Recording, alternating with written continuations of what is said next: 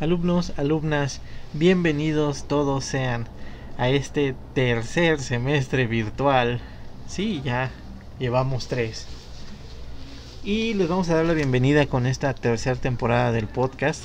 Sé que la temporada pasada fue muy breve, no hicimos prácticamente podcast, pero fue porque estábamos haciendo básicamente tutoriales.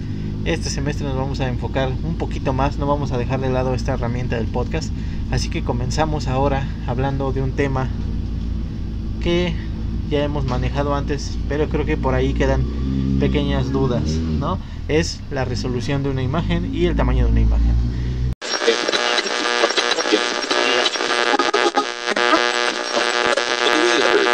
A menudo oímos hablar del tamaño de una imagen, de si una imagen pesa más o menos que otra, que tal fotografía tiene mayor o menor resolución que otra. Peso, tamaño, resolución son conceptos que se utilizan de forma poco profesional, olvidándonos de su verdadero significado. En este artículo vamos a tratar de aclarar cada uno de estos conceptos, viendo además cómo se relacionan entre ellos. Las imágenes digitales están compuestas por unidades elementales de imagen denominadas píxeles. Como indicador del tamaño de una imagen no podemos utilizar medidas convencionales de longitud, como por ejemplo centímetros, milímetros, ya que al no tener una entidad física, una misma imagen digital puede ser reproducida a diferentes tamaños en distintos dispositivos. Por ejemplo, las pantallas, las televisiones inteligentes, cuando imprimimos, o desde la pantalla de tu móvil o de tu tablet. Así pues, el mejor indicador del tamaño de una imagen es sencillamente la cantidad de píxeles que lo forman. Como todos los píxeles de una imagen tienen la misma forma y tamaño, indicaremos el tamaño de una imagen digital de la siguiente manera. Por ejemplo, como lo estás viendo en la pantalla, imaginando una cuadrícula de 6 por 4 píxeles, 6 en horizontal y 4 en vertical, podremos ver que tenemos una cuadrícula de 24 píxeles. Aunque están relacionados, no hay que confundir el tamaño de una imagen con el tamaño de archivo, que es el espacio expresado habitualmente en kilobytes o megabytes que ocupa el archivo informático que contiene la información de la imagen, y que es a lo que nos referiremos coloquialmente cuando hablamos del peso de una imagen. La resolución de una imagen digital. La resolución se define como la cantidad de píxeles por unidad de longitud. Es importante destacar que cuando hablamos de resolución no nos estamos refiriendo a ninguna propiedad física de la imagen. Se trata tan solo de una decisión del operador, la cual adjuntamos a la información de la imagen. En efecto, tenemos una imagen y decidimos que en 1 centímetro van a caber 100 píxeles, por ejemplo. La resolución será de 100 píxeles por centímetro. Si decidimos que en 1 centímetro van a caber 50 píxeles, la resolución será de 50 píxeles por centímetro. En ese segundo caso la resolución es más baja, pero la imagen es la misma. El cambio de resolución no afecta al tamaño de la imagen en sí, es decir, a la cantidad de píxeles que lo conforman, sino a cómo va a ser impresa. O sea, que en la realidad la resolución es solo una información que adjuntamos a la imagen de cara al momento que la vamos a imprimir. A lo que sí afecta la resolución es el tamaño de la impresión. ¿Cómo? Pues vamos a verlo. Hemos definido la resolución como la cantidad de píxeles por unidad de longitud. En los ejemplos anteriores hemos hablado de píxeles por centímetro. Sin embargo, la unidad de medida estándar para la resolución de una imagen es la de píxel por pulgada, o PPI por sus siglas en inglés, pixel per inch, y conocido en español también como PPP, o sea, píxeles por pulgada. Pues bien, supongamos que tenemos una imagen de tamaño 1200 por 600 píxeles a una resolución de 200 píxeles por pulgada. Eso significa que en una pulgada, o sea 2 centímetros y medio, 2.5, que es lo que mide la pulgada, podemos alinear hasta 200 píxeles.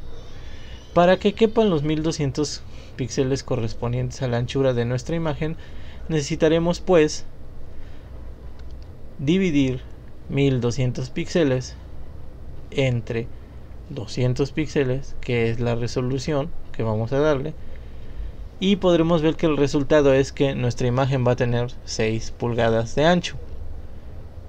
Y lo mismo vamos a hacer para la altura. La altura quedamos que era 600 píxeles entre el factor de la resolución, 200 píxeles por pulgada. Eso nos va a dar un resultado de 3 pulgadas. Entonces vamos a tener una imagen de 6 pulgadas de ancho por 3 pulgadas de alto. Ahora decidimos cambiar la resolución a 300 píxeles por pulgada. Ahora la pregunta es, ¿modifica esto el tamaño de la imagen? No. ¿Modifica el tamaño de la impresión? Eso sí, veámoslo. Ahora en una pulgada queremos que se dibujen 300 píxeles, ya no 200. Ahora serán 300. Por tanto, para que quepan los 1200 píxeles de ancho de la imagen, necesitaremos lo siguiente: 1200 píxeles entre 300 píxeles, que es la resolución. Eso nos da un total de 4 pulgadas. Ya no 6 como en el ejemplo anterior. Y para la altura vamos a dividir nuevamente 600 píxeles de alto, que es lo que mide la imagen, entre la resolución, que es 300 píxeles por pulgada, como lo estás viendo en pantalla, y el resultado es 2 pulgadas. En sí, si necesitamos esta imagen para resolución de impresión de 300 píxeles por pulgadas, veremos que nuestra imagen es más pequeña, es de 4 por 2 pulgadas. A resumidas cuentas, mayor resolución, menor tamaño de impresión y viceversa. Y hasta aquí esta primera parte donde hablamos de resolución, calidad de impresión y todas estas cosas.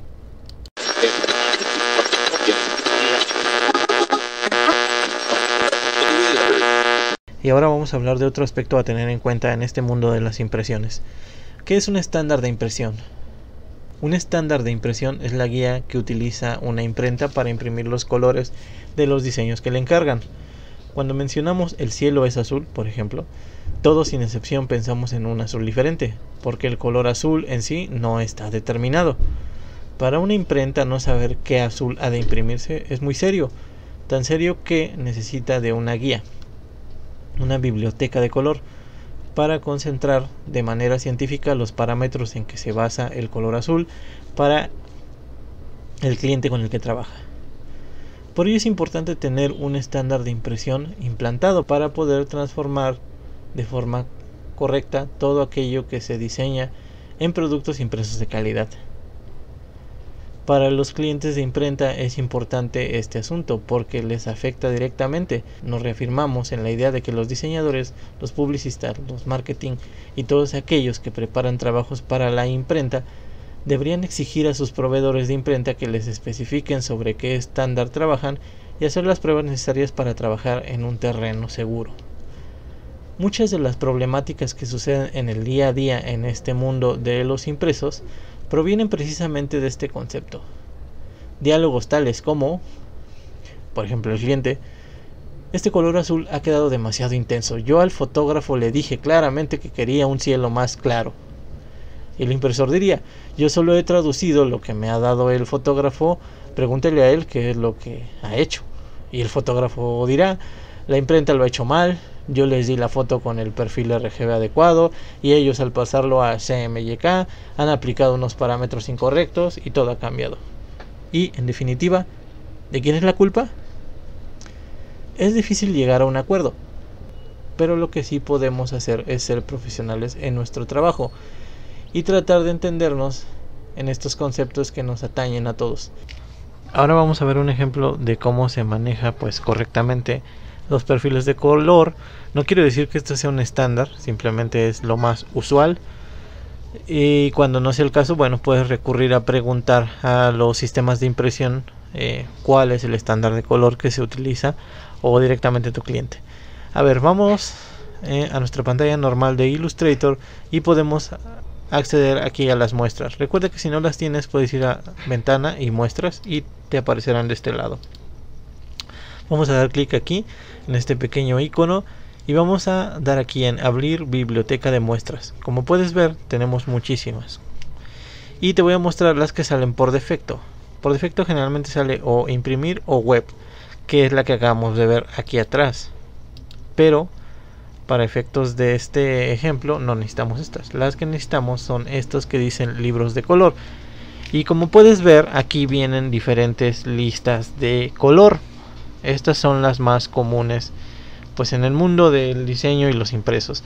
Pero ¿cuáles son los estándares? Los más fuertes de todos estos, los que prácticamente todos manejan, es el Pantone CMYK Coated, que es para papeles estucados, se les llama, o con alguna especie de brillo, y también los uncoated, que son papeles mate o sin estucado. Por ejemplo, una cartulina opalina común pues podría ser uncoated, y para una cartulina, un cuché, algo con terminado brillante, pues sería coated, por ejemplo. Y al dar nosotros aquí, pues nos aparece ya una lista grande de colores, y cada color viene denominado con una clave, como puedes verlo. Por ejemplo, si algún cliente te pide un logotipo, pues te lo va a pedir con esta clave de color seguramente, y entonces eso asegura que mientras tú imprimas o manejes siempre esos mismos colores, no tendrás problemas a la hora de imprimir. Aunque recuerda que esto de el mundo de las impresiones es un mundo muy amplio y pueden haber muchísimas excepciones, pero bueno, este sería el estándar de impresión más usual.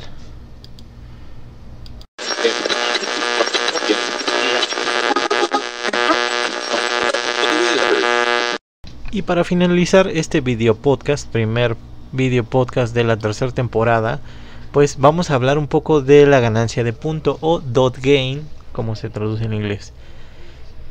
La definición de ganancia de punto.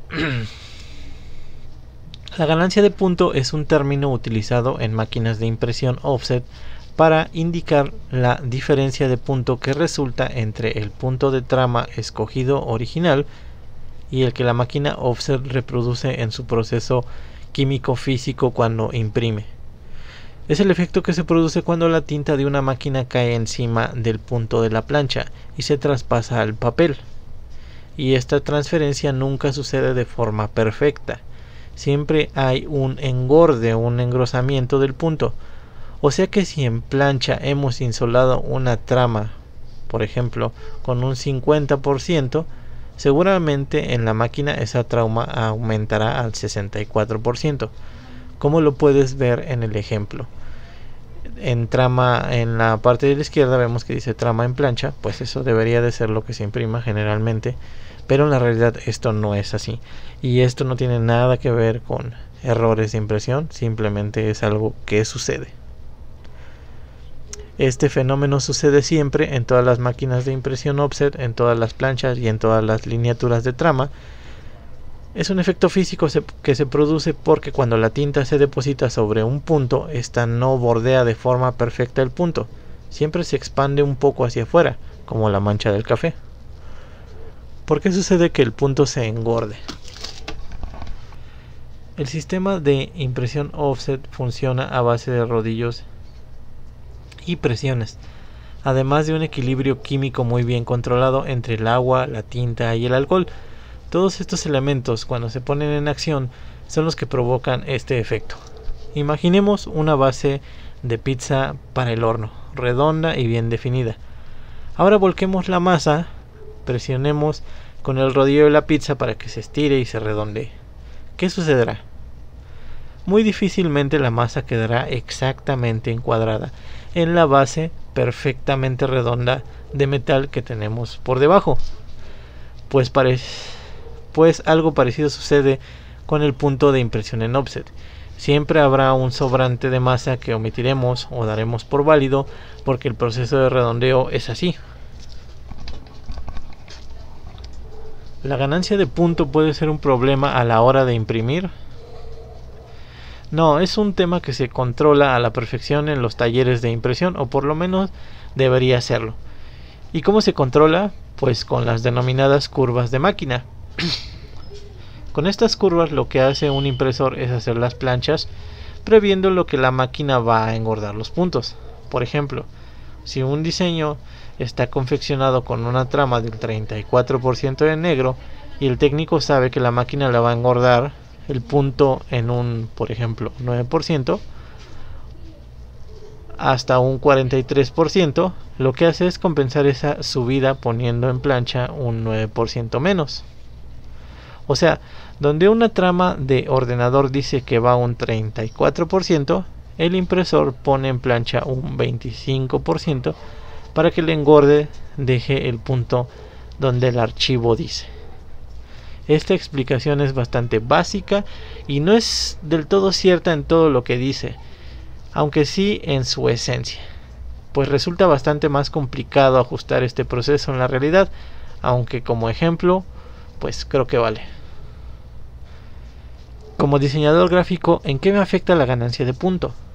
Cuando empieza a haber problemas con el color, que si la impresión ha quedado rojiza, que si las fotos están más oscuras de lo normal, que si las tramas han quedado demasiado claras, etc. Entonces la primera pregunta que se le puede hacer a un impresor es: ¿qué curvas de ganancia de puntos se está aplicando a este impreso? No siempre el causante de un problema en el color será esto que acabamos de definir, pero forma parte del proceso gráfico, por lo tanto también debe ser analizado con método y seriedad. Y esto es todo por la parte de la ganancia de punto.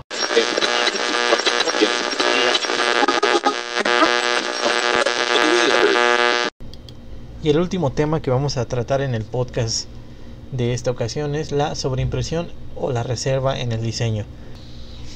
¿Qué es la sobreimpresión y reserva de objetos? Bueno, cuando debe superponerse un objeto a otro, como cuando queremos imprimir un objeto en primer plano sobre un fondo, se puede elegir entre estas dos opciones. Sobreimpresión: imprimir el objeto directamente sobre el fondo, o bien, la segunda opción, la reserva: reservar un hueco donde va a caber exactamente la figura que queremos imprimir y simplemente imprimirlo sobre el blanco del papel en el área vacía resultante de la reserva. Y aquí estamos viendo un ejemplo de estas dos opciones que tenemos. En la primera utilizamos una reserva. Vemos un cuadrado color cian, por ejemplo, y en el huequito que hay por debajo metimos un magenta.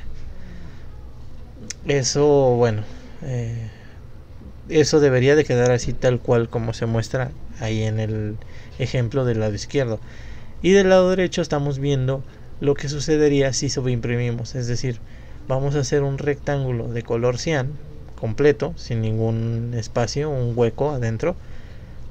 Lo vamos a imprimir completamente y vamos a imprimir encima el color magenta. Y vamos a ver entonces que no queda un color magenta, queda un color azul. ¿Por qué? Bueno, pues porque se han mezclado. Está un color de base, un color cian, y se mezcla con el color de sobreimpresión y nos queda ese color azul. La sobreimpresión: en el primer supuesto, que se denomina sobreimpresión, la tinta del objeto del primer plano se imprime sobre la tinta del objeto de fondo, generando un nuevo color, resultado de la mezcla de las tintas de los dos objetos superpuestos. La sobreimpresión deja los objetos de fondos intactos, de modo que se imprime una tinta sobre otra. La reserva: en el segundo, que se denomina reserva, el objeto tendrá el color que se ha seleccionado en la aplicación de autoedición, puesto que todo lo que esté por debajo del objeto quedará agujereado. Puesto que todo lo que quede por debajo del objeto quedará pues con un agujero, en términos coloquiales, o reservado, por decirlo así. Si no se especifica en las aplicaciones de autoedición, suele seleccionarse por defecto la reserva.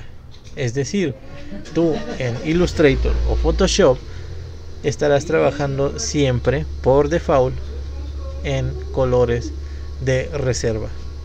Y como puedes ver en el ejemplo que está aquí, esto es lo que pasa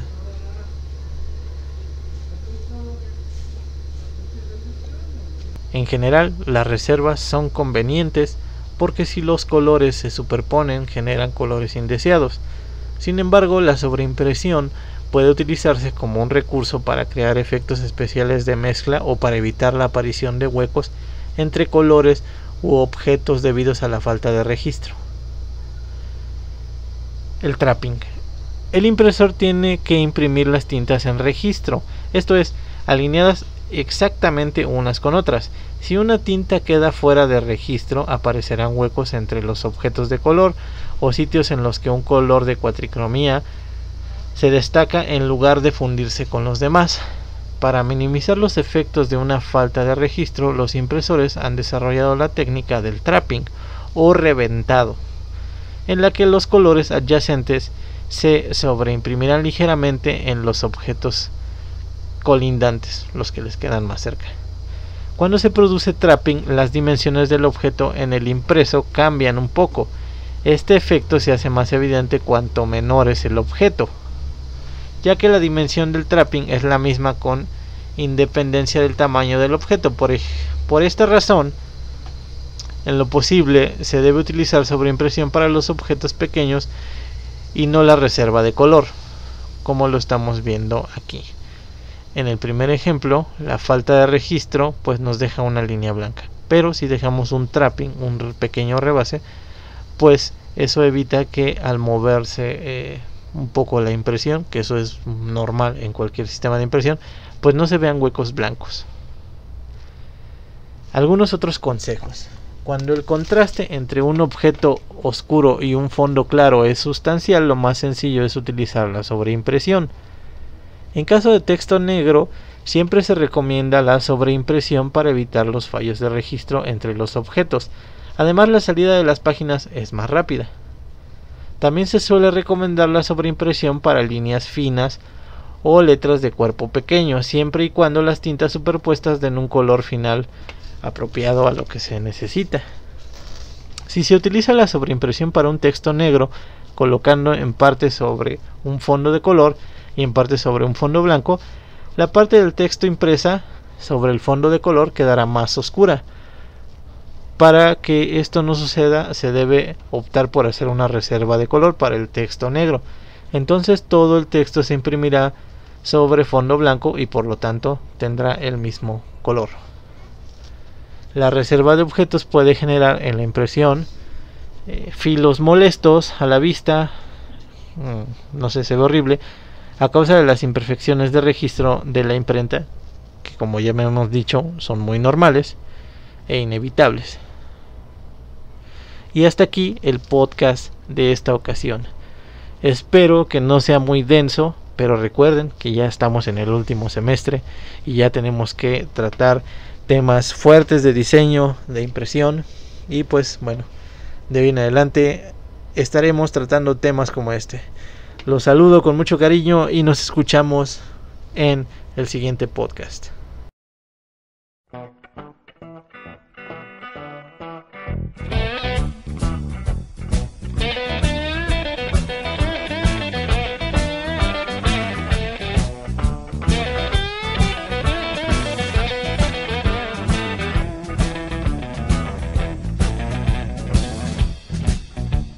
Susan, I love you. Oh, Susan, I love you. I love you, baby. I love you.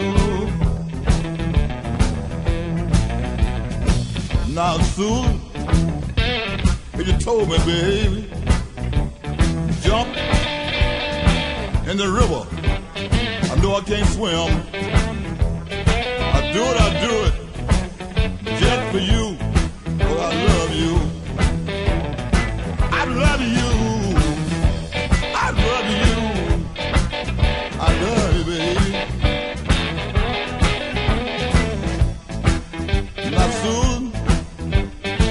change my drinks to milk and cream. Change my drinks, Susan, to milk and cream. I did it, just for you, but I love you.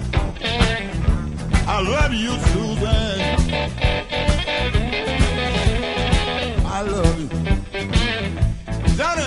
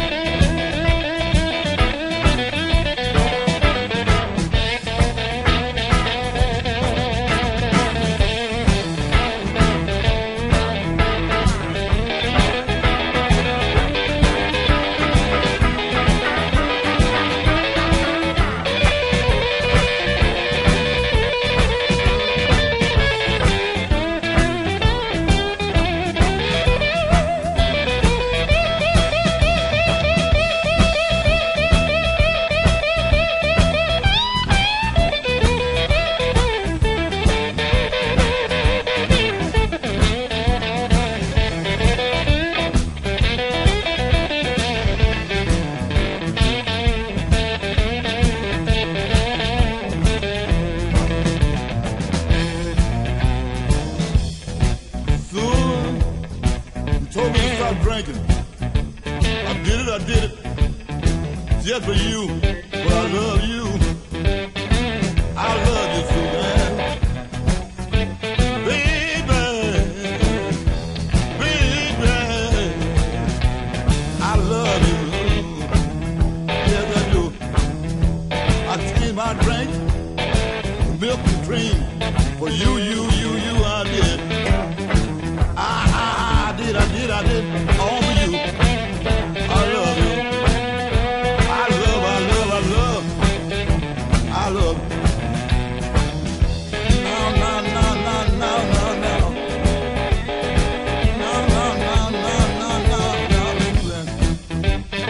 I love you, Susan. Susan. Come on home, baby.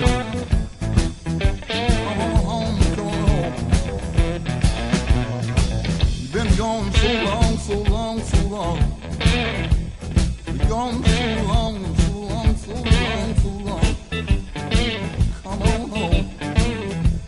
Now, Susan. Come on home, Susan. Yeah. Got a big